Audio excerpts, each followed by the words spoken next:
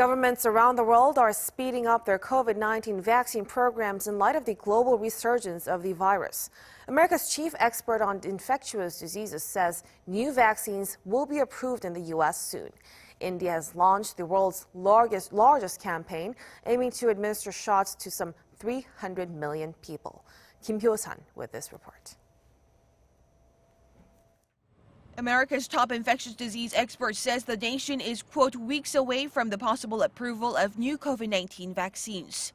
Speaking on NBC News on Sunday, Dr. Anthony Fauci, director of the National Institute of Allergy and Infectious Diseases, expressed optimism over the possibility of fully evaluating the vaccine candidates made by Johnson & Johnson and AstraZeneca. As for President-elect Joe Biden's goal of administering 100 million doses within the first 100 days of his presidency, Fauci, who will be staying on as Biden's chief science advisor, said it's absolutely doable. In Britain, the number of people who have been inoculated stands at over 3.5 million, surpassing the country's accumulated cases. 10 new massive COVID-19 vaccination centers will open in the UK from Monday as the country looks to meet its target of inoculating 15 million people by mid-February.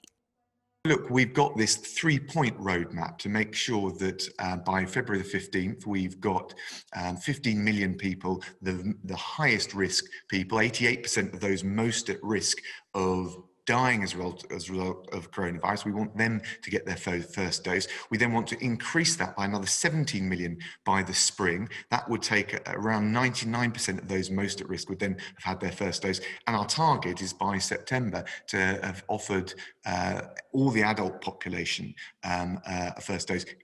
Over 1 million people in Germany have received their first doses, about 1.26% of the country's total population. The country is still battling a rapid resurgence with nearly 19,000 new cases reported on Saturday alone.